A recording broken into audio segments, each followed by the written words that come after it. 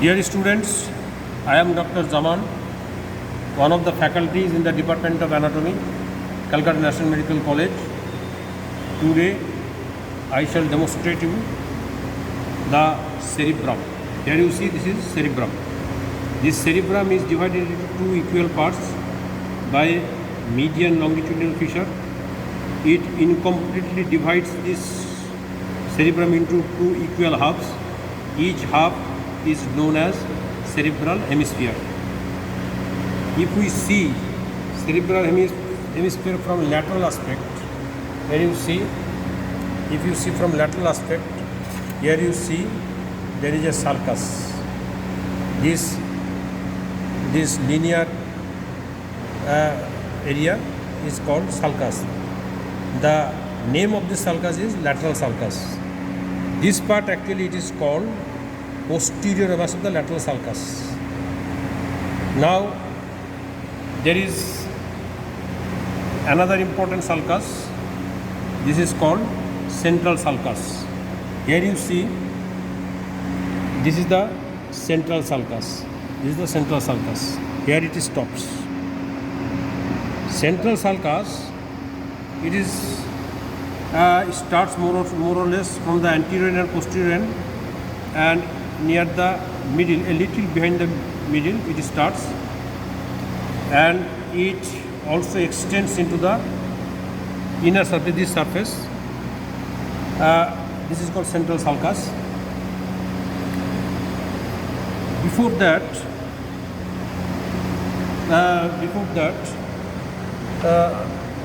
you will know the poles of the cerebral hemisphere.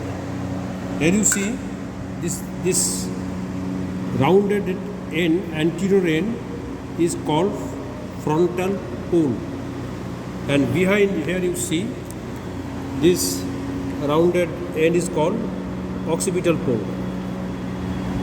Similarly, there is another pole. Here it is prominent. This is the temporal pole. So these are the poles of the cerebral hemisphere. Now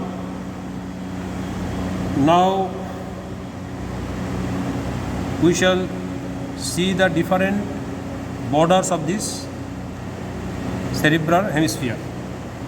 Here you see this border is known as superomedial border.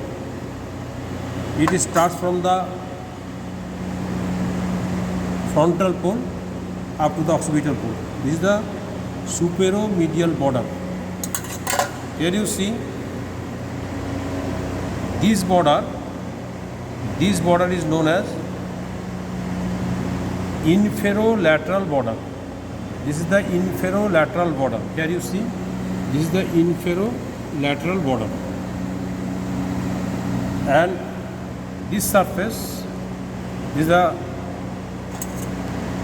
inferior surface. Here you see this is the inferomedial border.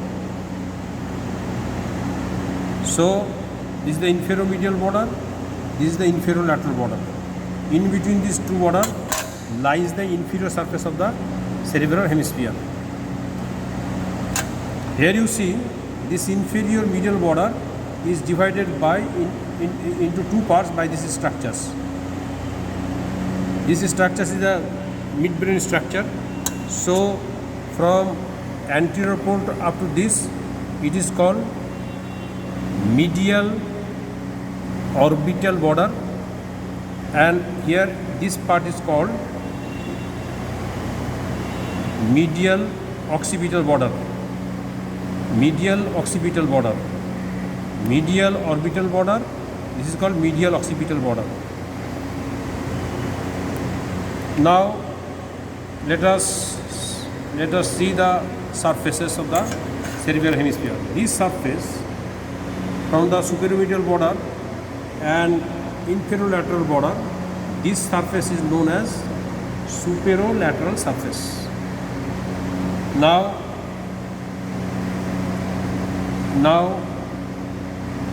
here you see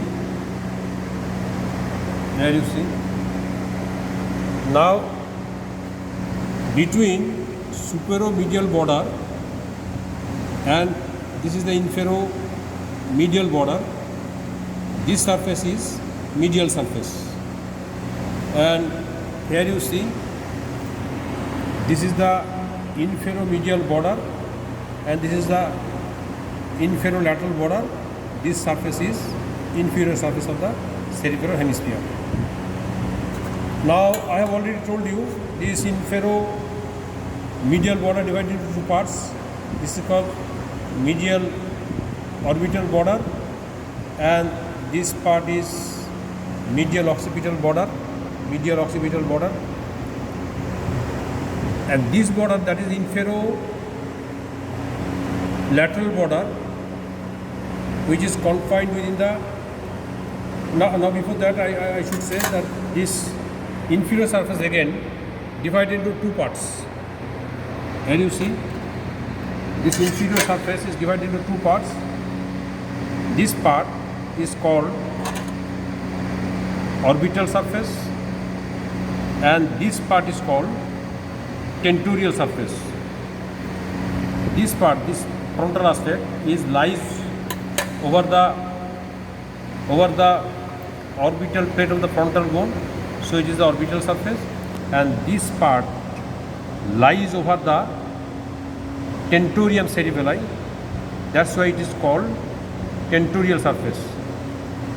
Now, inferolateral border, which is confined within the temporal surface, orbital surface, this part is called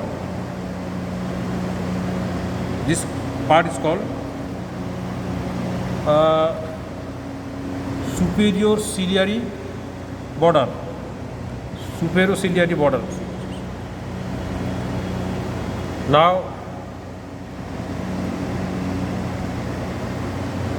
Now we shall discuss about the.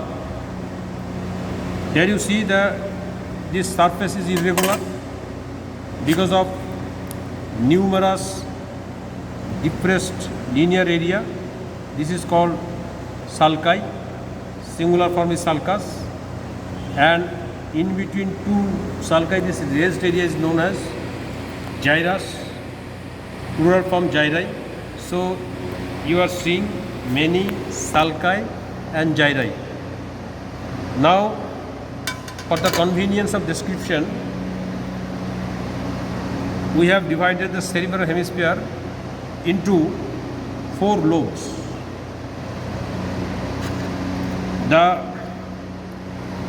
I have already told you there is a central sulcus which starts a little behind the midpoint from the frontal pole and occipital pole. Here you see this central sulcus divided this surface. Anterior part is known as frontal lobe. Posterior part is known as parietal lobe, but here again you will see some sulci that has divided the temporal lobe from the occipital lobe. Here you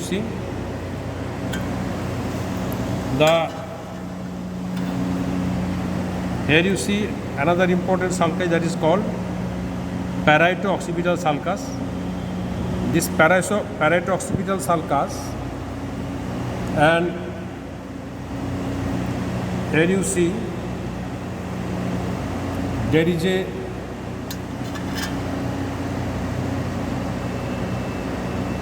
a depressed area, pre-occipital notch. If we join this parieto-occipital sulcus and pre-occipital notch like this, now the part behind this imaginary line is known as occipital lobe. Now another imaginary line is drawn from the here you see it is clear.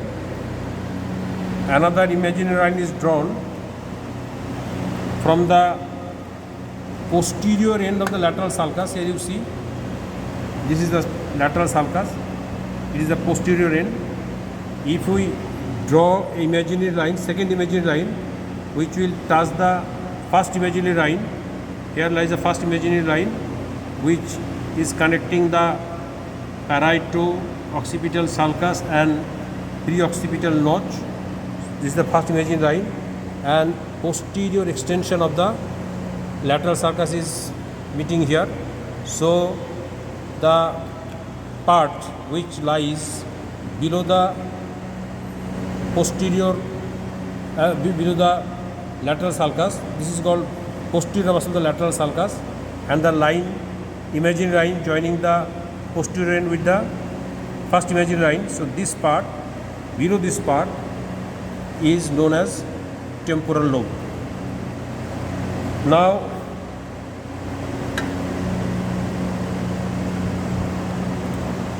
let us see the boundary of the parietal lobe. Parietal lobe boundary is here, you see. This is the, here you see, this is, in this specimen you see,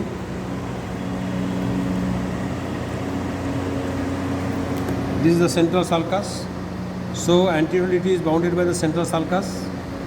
Below it is bounded by the posterior or lateral sulcus, and behind it is bounded by an imaginary line, first imaginary line, upper part of the first imaginary line, which is connecting the parieto-occipital sulcus with the pre-occipital notch. So here this second imaginary line. So this line is the posterior limit of the parietal lobe. Again I am repeating, parietal lobe lies between the central sulcus anteriorly, above the lateral sulcus, and in front of the imaginary line connecting the parieto-occipital sulcus and pre-occipital notch. So this area is the parietal lobe. So this is the parietal lobe, this is the occipital lobe, this is the temporal lobe, and this is the frontal lobe. So these are the 4 lobes. Now each lobe again is divided by many sulci, and now we shall see this sulci. Now we are seeing the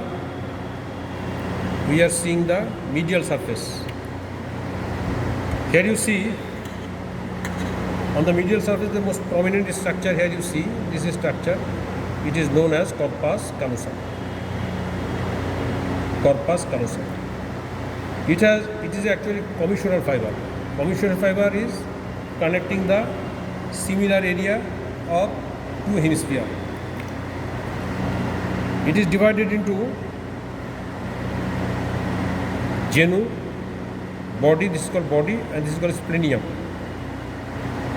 So this is the genu, this is the body, and this is the splenium. On the anterior surface, medial surface, here you see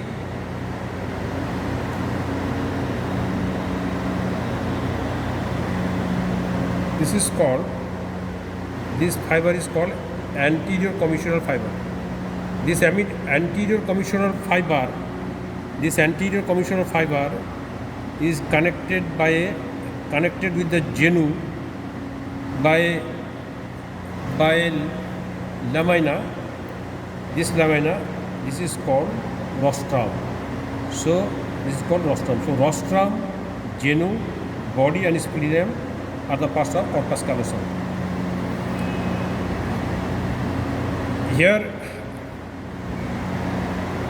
apart from the structures of the cerebral hemisphere, some other structures are coming into view.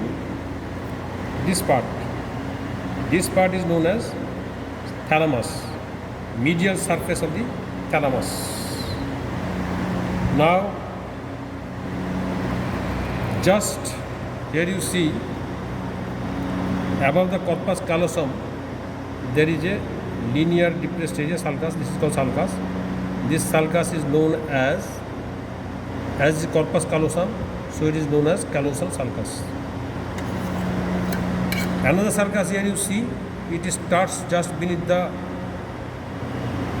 rostrum, here it starts. This sulcus, here you see this sulcus. This sulcus is known as cingulate sulcus. This sulcus is known as cingulate sulcus. This cingulate sulcus,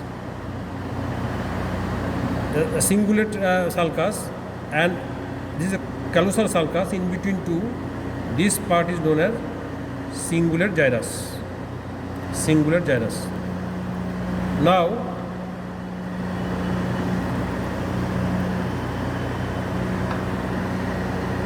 here you see another, this cingulate sulcus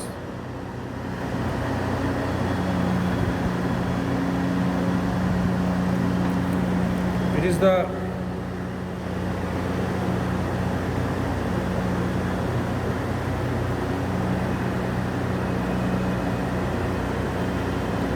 the anterior end, is the posterior end. This is the cingulate sulcus. Here you see this is the cingulate sulcus. This cingulate sulcus, here you see, has a split and encloses a part of the medial surface. This part is known as central lobule, paracentral lobule. I mean paracentral lobule. So, cingulate sulcus divides into two parts and encloses between two parts paracentral lobule. Now the part in front of this paracentral lobule, this part is known as medial frontal gyrus. So major part is known as medial frontal gyrus. So this is medial frontal gyrus, this is paracentral lobule, and between the cingulate sulcus and callosal sulcus, in between two, this is the cingulate gyrus. Now come to another two important sulci on the medial surface. That is, this sulcus I have already discussed it. This is called parietal lobe and occipital lobe. So it is called parieto-occipital sulcus. Main part lies within the medial surface. A little part of it appears on the superolateral surface. Here another sulcus you see, this sulcus is known as calcareous sulcus. So this is the calcareous sulcus. Now in between calcareous sulcus and parieto-occipital sulcus, this triangular part, this gyrus, is known as cuneus. And in front of the cuneus and behind the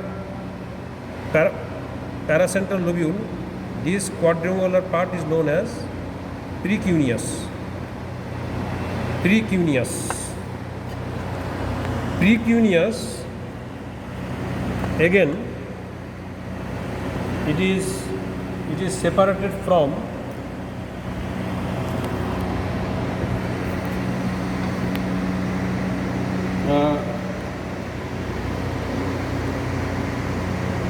here you see this quadrangular area is known as precuneus. This precuneus is separated by another sulcus. Here you see this sulcus. This sulcus is known as it is a splenium of the corpus callosum. So it is suprasplenial sulcus. It is dividing this precuneus from the lower part is known as cingulate gyrus and upper part is precuneus. So here we found cuneus, precuneus, cingulate gyrus. This is the paracentral lobule, medial frontal gyrus. Now come to the inferior surface.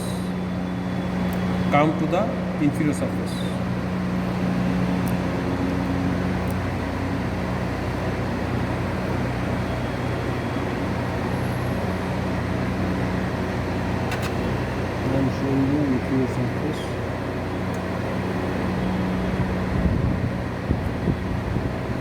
Here you see the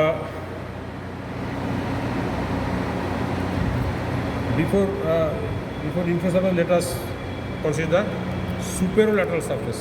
This is the superolateral surface, right side. Now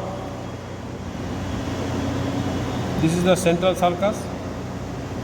How you will find out central sulcus? Central sulcus, number one, it is more or less midpoint from the frontal pole and occipital pole, a little behind the midpoint. It extends a little into the medial surface, and that part is surrounded by a gyrus that is called paracentral lobule.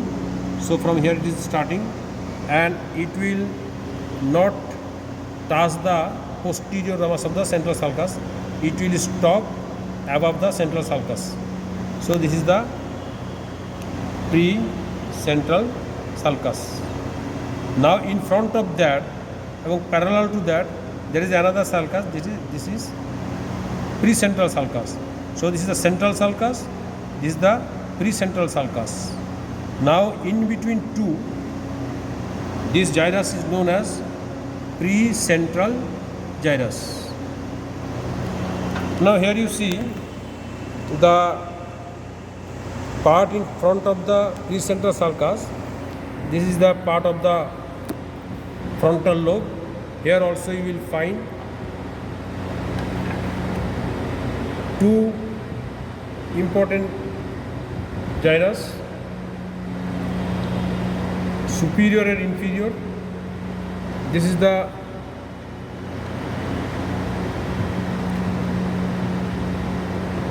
the inferior gyrus, inferior frontal gyrus, and this is the superior frontal gyrus. Now it has divided the frontal lobe into superior frontal gyrus, intermediate frontal gyrus, and lower frontal gyrus.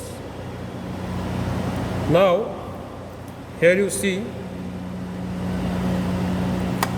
this is the lateral sulcus. I have already told you. Actually, lateral sulcus starts from the inferior surface. It lies between temporal lobe and orbital surface. Here it starts and it passes laterally, and then it comes to the superolateral surface here. Then it extends like this. This extension is known as posterior ramus of the lateral sulcus. Here you see this lateral sulcus. Here it divides into three parts. One, this part, and this part. This is called anterior horizontal, anterior ascending, and this is the posterior ramus. So anterior horizontal sulcus, anterior ascending sulcus, and posterior ramus of the lateral sulcus. This posterior ramus of the lateral sulcus, here you see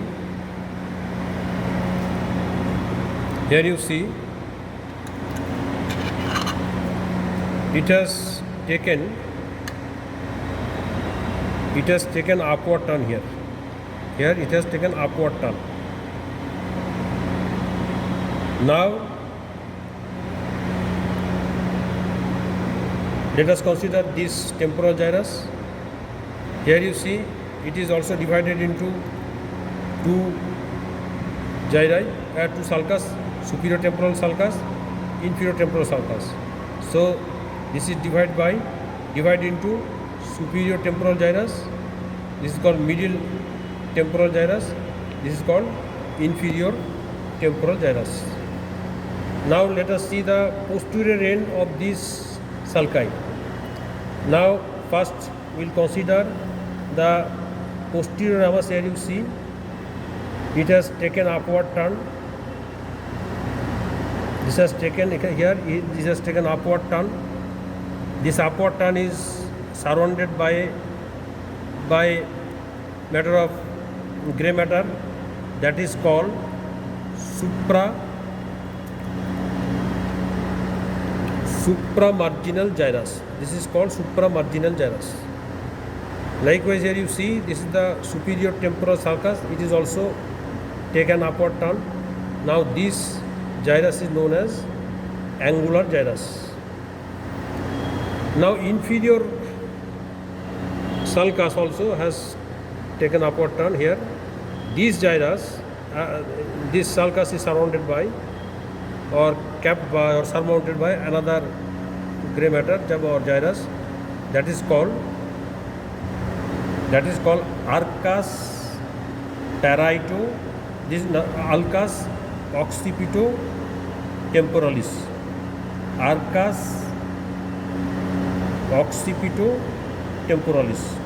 This part is known as arcus occipito-temporalis. So the part, now come to the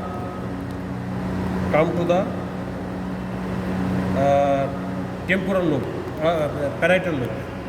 Here you see parietal lobe. That area of the parietal lobe is, here lies the parieto-occipital sulcus, and this is the central sulcus. So this part is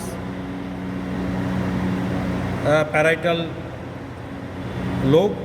This parietal lobe is again divided into intraparietal sulcus.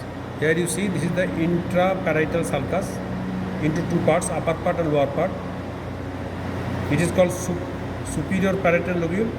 This is called inferior parietal lobule. Superior parietal lobule, inferior parietal lobule is divided by a intraparietal sulcus. Now this inferior parietal lobule, the supramarginal gyrus, angular gyrus, and occipito, arcus or occipito-temporalis, this part, all these three parts actually are the parts of the inferior parietal lobule. They are parts of the inferior parietal lobule. Now come to the occipital lobe. Here you see this is the occipital lobe.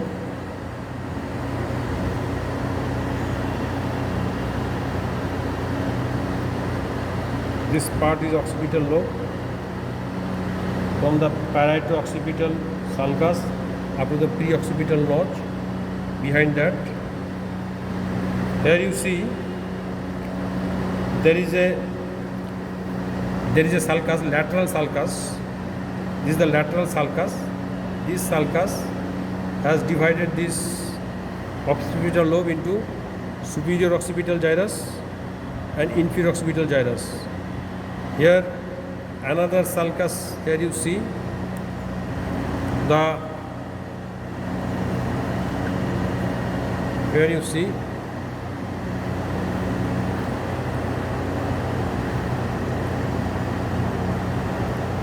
this is the posterior end of the calcaneal sulcus. Here you see it has come here and it is surrounded by another curved sulcus. This curved sulcus. This is called lunate sulcus. So this is called lunate sulcus, and this is the posterior end of the calcaneal sulcus. Now and here it is divided into a lateral sulcus. Lateral sulcus in two parts. This is the lunate sulcus. This is the posterior end of the calcaneal sulcus, and this is the lateral sulcus. This is the lateral sulcus. This part, it has divided into superior occipital gyrus, inferior occipital gyrus. Now these are the occipital lobe. I've already told you this is the temporal lobe. It is already divided by two temporal sulcus. This is the superior temporal sulcus and this is the inferior temporal sulcus into superior, middle and inferior temporal gyrus. Here you see this part. This is the deeper part of the lateral sulcus. Here lies insula. Insula, actually it is the area of insula during the development of the cerebral hemisphere. The surrounding area has developed much more than the insula. That's why insula has been buried here. Now, if we place the forceps where it will touch, that is a part of the insula. So it lies in the depth of the lateral sulcus. So this is the insula. Now,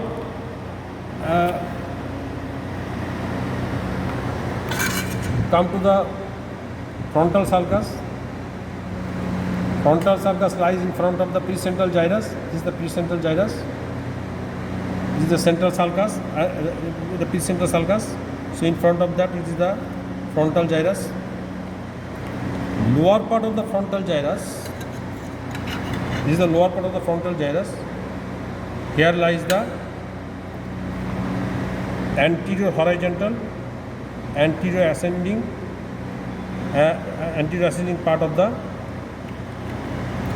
lateral sulcus, and this is the posterior of the lateral sulcus. So these are about the different sulci and gyri. Now,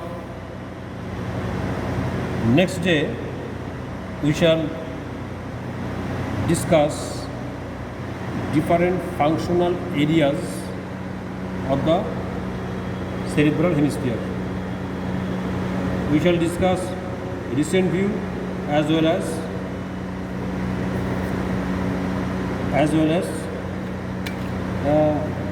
classical view. So that's all for today.